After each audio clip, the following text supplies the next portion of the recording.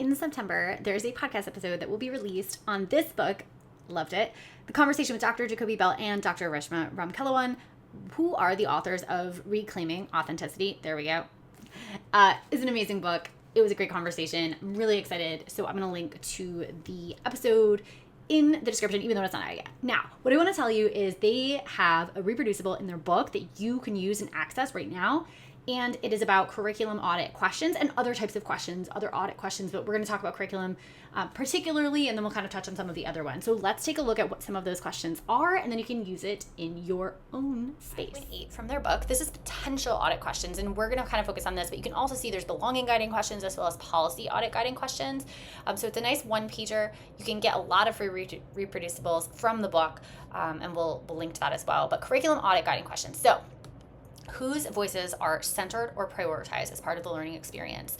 So who are we talking about? Who is actually part of the planning and determining whether or not that this is what we want to learn? So one of the things they mentioned in the book is like, if students are just not into a unit, feel free to scrap it. Like that was such wonderful permission and kind of like a moment that I thought as I was reading, loved it.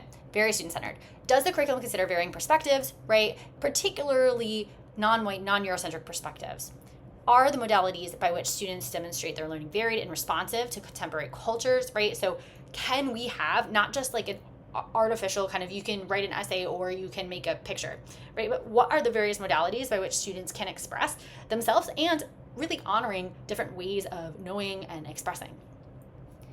How frequently do teachers assess students? And I love that they actually talk about reciprocal assessment in their book as well, where they're saying students are assessing teachers as well as teachers assessing students because we're all just trying to learn better. The purpose is that we adjust instruction once we assess, right?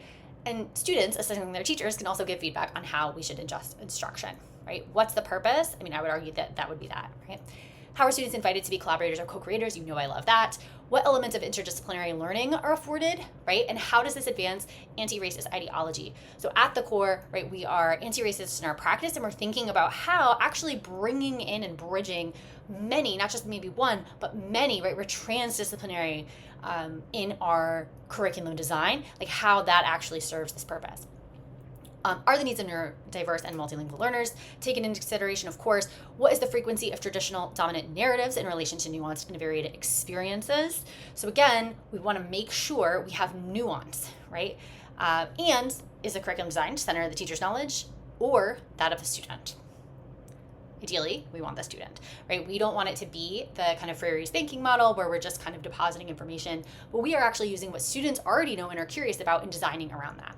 So again, you have these belonging questions and I'll drop a link to access the book and the free resources, including the one we looked at today. I'm also going to drop a link for a future podcast. So the link won't work quite as it's airing, but if you're watching this later or you just want to hold on to that link and check out the podcast episode later, that will be airing in about 1 month from the date this drops with the authors of the text.